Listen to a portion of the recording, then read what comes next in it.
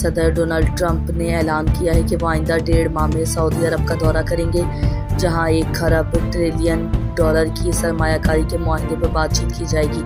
Trump نے کہا کہ سعودی حکومت نے اگلے 4 سالوں میں امریکی کمپنیوں میں $1 خرب کی سرمایہ کاری کرنے پر رضامندی ظاہر کی ہے، جس میں زیادہ تر دفاعی ساز و سامان اور دیگر امریکی کاروبار شامل ہوں گے۔ یہ پہلا موقع نہیں ہے جب ٹرمپ نے سعودی عرب کے ساتھ قریبی تجارتی تعلقات پر زور دیا ہو۔ 2017 میں اپنی پہلی مدت صدارت کے دوران ٹرمپ نے اپنا پہلا غیر ملکی دورہ سعودی عرب کا کیا تھا، بجائے برطانیہ کے، کیونکہ سعودی عرب نے $450 بلین کی امریکی مصنوعات خریدنے کا وعدہ کیا تھا۔ انتہائی افسوسناک خبر، سید شوکت جمال رضائی علیہ سے اسلام آباد میں انتقال فرما گئے۔ انا للہ و انا الیہ راجعون۔ بیورو چیف اعجاز احمد طاہر اوان کی خصوصی رپورٹ۔ منفرد لہجے کے معروف مزاحیہ شاعر و ادیب سید شوکت جمال انتقال کر گئے۔ انا للہ و انا الیہ راجعون۔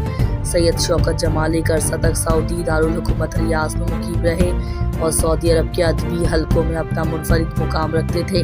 ریاض کے علاوہ جدہ، دمام، مکہ مکرمہ، مدینہ منورہ کے ادبی حلقوں کی جان تھے۔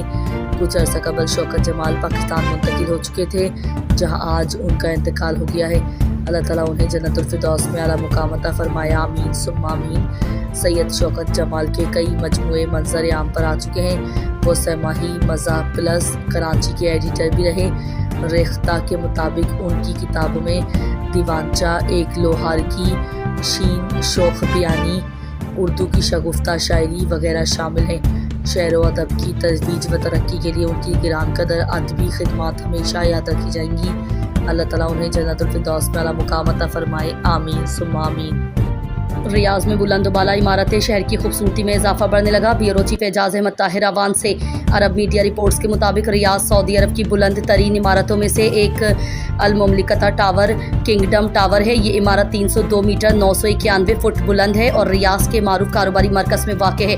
اس کے علاوہ ریاض میں برج الورود الفیصلیہ ٹاور بھی ایک مشہور بلند عمارت ہے جو 267 میٹر 876 فٹ بلند ہے اور سعودی عرب کی معمارانہ خوبیوں کی ایک مثال ہے۔ یہ دونوں عمارتیں سعودی عرب کی جدید ترقی اور ترقیاتی منصوبوں کی عکاسی کرتی ہیں۔